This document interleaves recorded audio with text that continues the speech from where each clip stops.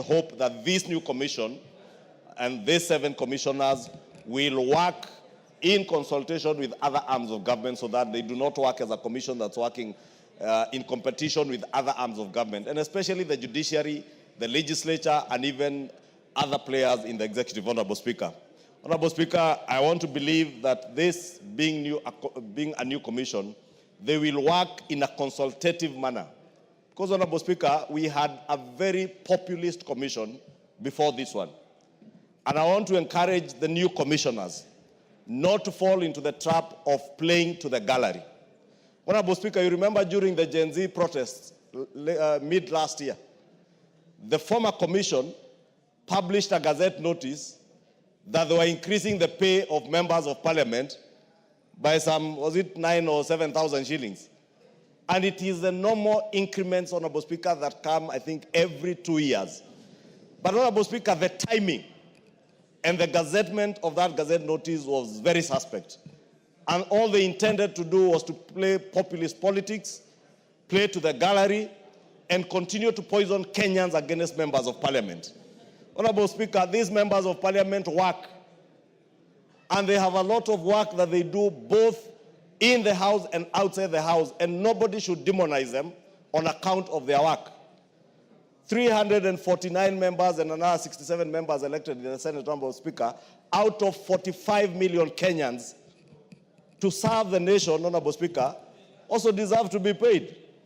Honorable Speaker, SRC must therefore be cognizant that they are working to balance both public interest, but also not to demonize people in other institutions, Honorable Speaker.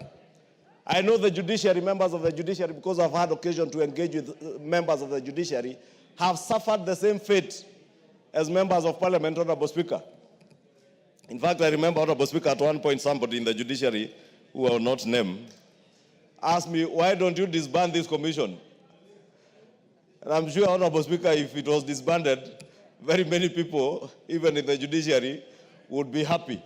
But, Honorable Speaker, we want the commission to stay because we want a balance in how we conduct our public affairs, especially in matters to do with personnel management, remuneration of public officers, but it must be done in a measured way, in a balanced way, balancing the resources we have, but also the needs of the public service officers who are serving the people of Kenya, Honorable Speaker. Honorable Speaker, if we do not balance the needs of public servants, Honorable Speaker, then we kill not just the aspirations of young people who are joining the public service, but we also make it impossible, Honorable Speaker, for those who are already in the public service to grow as persons. And therefore, Honorable Speaker, I want to ask this commission, this new commission as they come into office, to engage other stakeholders.